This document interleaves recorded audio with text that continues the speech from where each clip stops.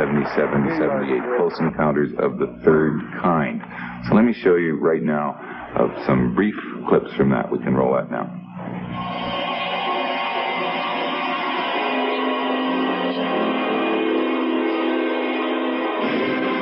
Contact 134.4. 44 with this.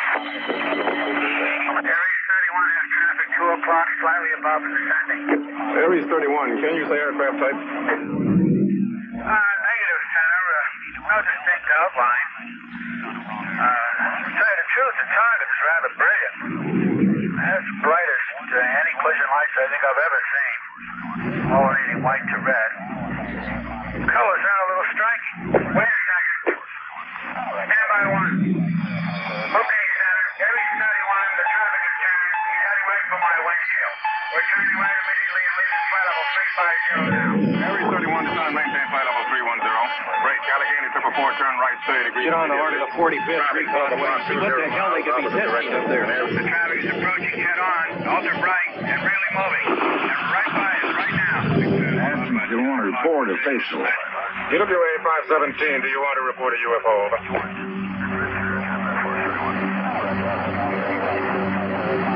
EWA 517, do you want to report a UFO? Over. 4 down, 5-8 to altitude.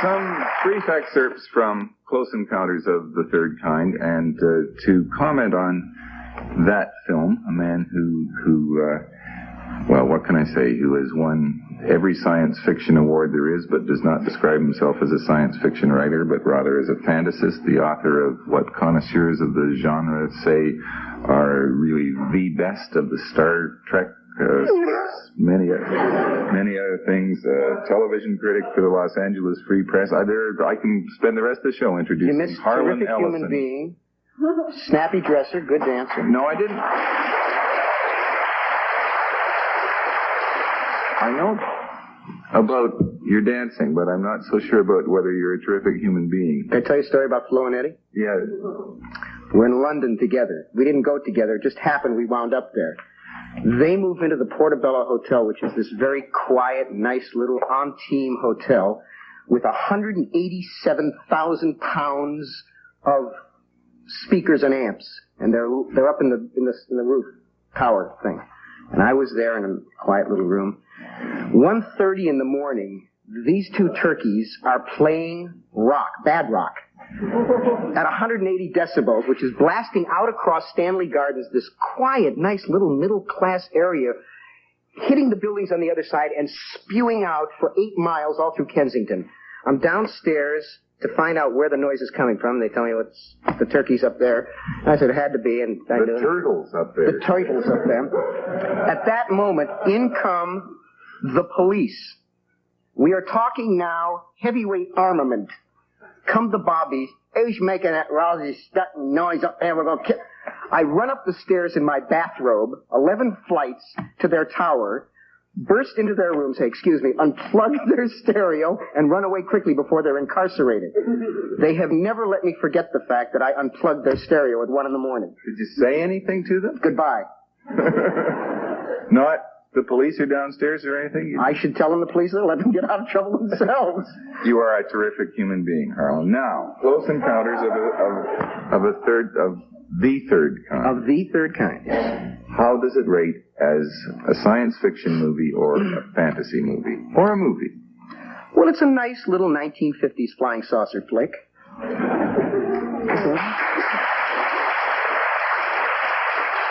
Except it missed one. It doesn't have Klaatu Barada Nikto Gort. I missed that. It's the same story, man. It's the same story. It's this saucer comes down and these wonderful mystical aliens are going to save us from self-destruction and give us the wisdom of the galaxy. It's all that good Jesus saves jive. You know, that's what it is. Except that Jesus becomes creatures from outer space? Yeah, it's the same. See, they recycled the baby from 2001. Yeah. Did you ever, it amazes me and delights me, too, that invariably the people who are captured by saucers and taken away, right? And they come back and they give us the message. And the message is always the same one Moses got. You know, don't hit each other, be nice. You know. I like it when George Burns says it. I don't care that much when I hear it from strange little creatures who look like the Pillsbury Doughboy. You are not a fan of the most discussed movie of 1978. No, I don't dislike it quite as much as Star Wars, which is the pits. Would you like me to attack any other of your sacred cows?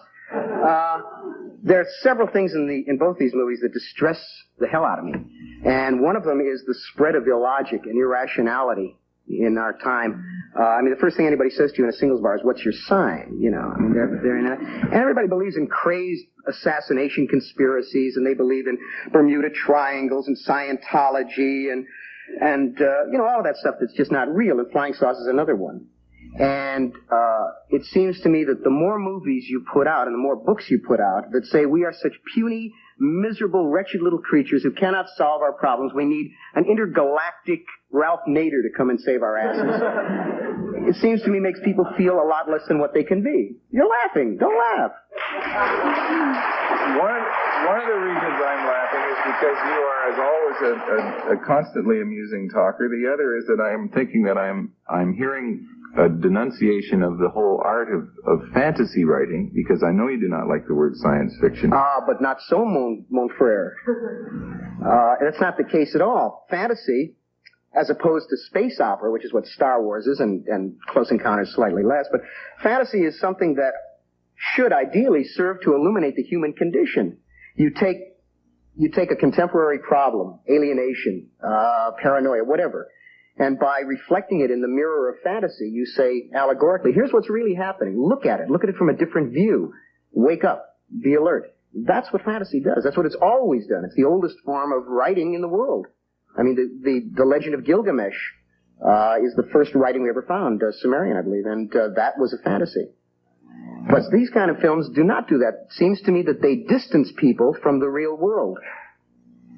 Am I going too fast for you? No, because I'm sitting here thinking that we were talking during a commercial break, and Lorraine Newman said that you really like Close Encounters a great deal. I love Close Encounters, and I'd like to know where you got the implication that the aliens came as judgmental saviors to show the humans the error of their ways. I never got that from the movie. I thought it was totally objective in that sense, and that it was really a conveyance of ideas, you know, and that the joy of their final communication through music, of all things, was such a strong emotional thing to convey, you know, and actually made me cry, you know. God, Lorraine, I just don't even know how to respond to that. But then you see, I'm the kind of guy who laughed when Bambi's mother got it. Let me put it this way: when I see a film in which there is a messianic halo around the aliens emerging, you know, and a child shall lead them, all of these interesting biblical and Judeo-Christian undertones, which are there. I mean, they're all subtext, and people get fed them without really realizing it. I mean, here is this child who is the one, you know, he goes out, and he's the one who gets taken by them because he's a child. A child shall lead us. And here come the aliens. And what do they do when they come here? Do they exchange wisdom with us? Do they do anything? No, they go and they capture Ambrose Bierce in Mexico and a couple of people out of the Bermuda Triangle and schlep them off God knows where. And but they do exchange knowledge. That's the whole thing. And the child was You know, that was part of, it was like a foreign exchange thing. I mean, why they sent back a bunch of lobotomized pilots and that was their exchange? Well, you would appear pretty lobotomized if you would all of a sudden appeared another decade. You know, all of a sudden it was World War II, and hey, that's a strange-looking tie you got on. I've never seen a tie like that. Well, what were they doing on the ship? I mean, with all those years, were they? Oh, look, there were people from the medieval times. You know, I mean, it wasn't only children who were on. Yeah, but they hadn't aged. They hadn't aged. What did they do? Freeze them in a cryogenic crypt or something? Hey, I don't know what they got up there, you know. I mean, I don't know how they managed to not age the people. But, I have a little difficulty figuring out what we got on down here. Why is it so important to take that movie and look at it for the symbolism and the meaning and the allegory and everything? Why don't you just say it's a hell of a nice story and I had a good time? We need entertainment. Yeah. We need to get away. Well, what is wrong with that? Okay, I'll tell you what's wrong with that. See, I'm not Am I going too fast? No, you're going just right. You're going just right.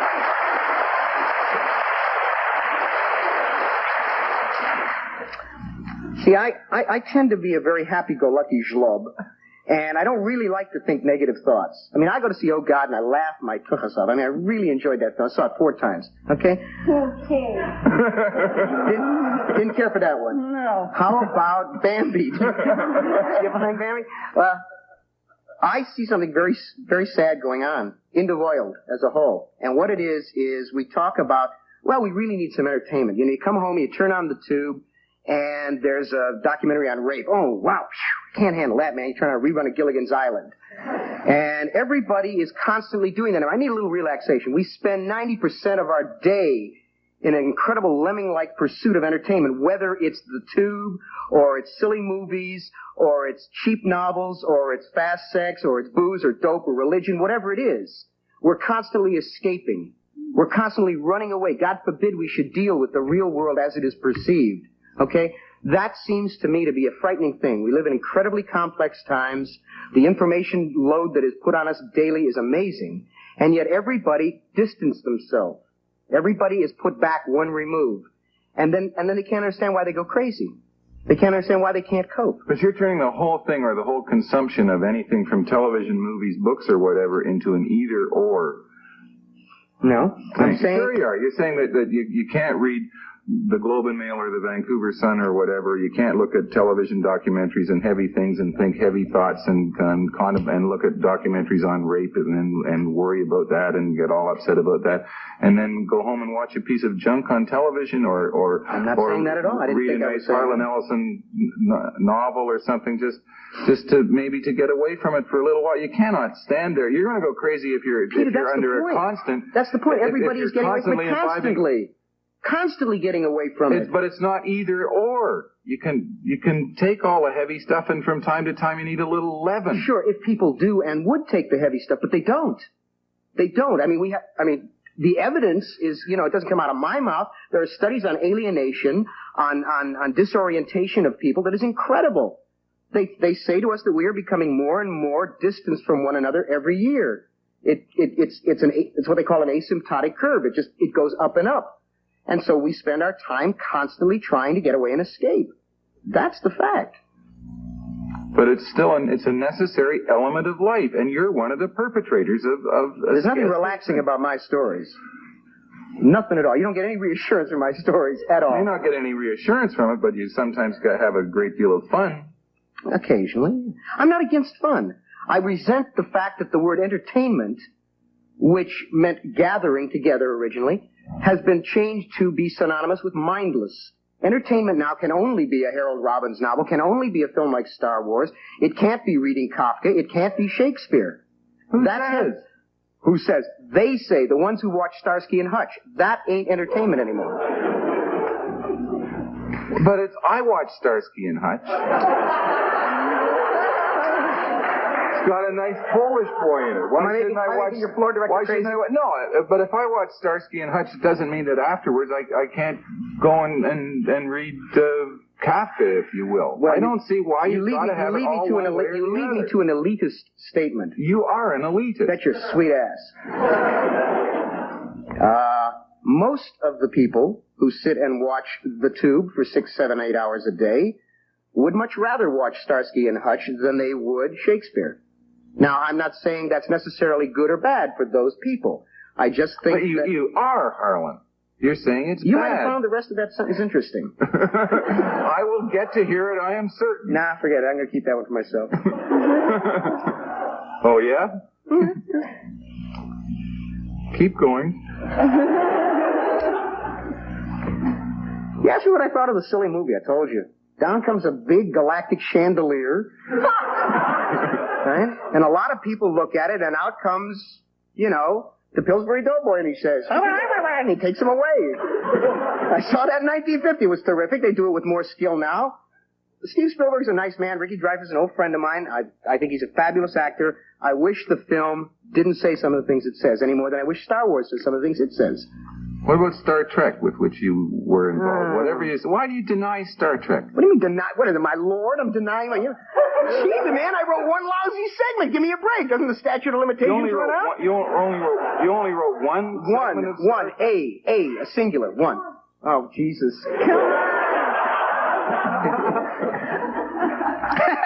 Welcome, ladies and gentlemen, to the Outpatient Clinic of the Menninger Foundation. Are you sorry? Am I sorry I wrote the Star Trek? Yeah. No, I'm not sorry I ever wrote anything I wrote. I did it with clean hands and composure. I'm sorry the way they did it. I mean, they butchered it, and that's, the fact that I won, a writing award for the original script version leads me to believe that I knew what I was doing. Okay, let me pause briefly for a commercial return with Pat McCormick. We solve everyone's problem.